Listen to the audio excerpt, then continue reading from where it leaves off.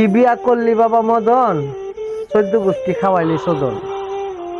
কয় এটার মানে কি জানেননি?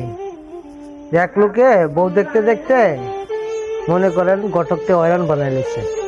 তো ঘটক রাগ কইরা তার এক ছেলেরে মেয়ে সাজাইয়া দেখাইছে।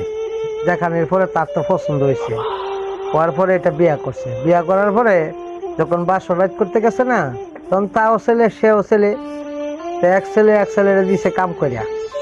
দেওয়ার পরে পরের দিন সকালে উঠে কেমনে করবো যে বউ আমারে কাম করে দিছে, মানে খুব দ্রুত বিষয় টিসা লইয়া 1 সপ্তাহের ভিতরে মনে করেন প্রবাসে আইসা বসছে। আইসা আর বাড়িতে খবর টবর নেয় না। তখন বউ চিন্তা করছে, কিরে এর কাছে বিয়া বইলাম, তাই কিন্তু সাথ পাইলাম না, বিয়ার ঠিকঠাক বিচারটা করে নি। বিয়া কইতাছে আম্মা তো ওই রুজিনারে দেন না, আমার লগে থাকতো।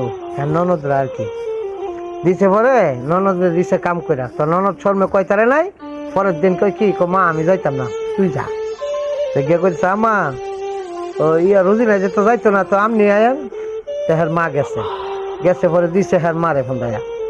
দেওয়ার পরে কইতাছে সকালবেলা উঠটা পুতরে ফোন দিয়া, কি বিয়া করে থুয়ে গেলি বাবা মদন, খাওয়াইলি 14 গোষ্ঠী সদন। কইস না গো মা দুঃখের কথা, আইজ জানে আমার হুগার ব্যথা।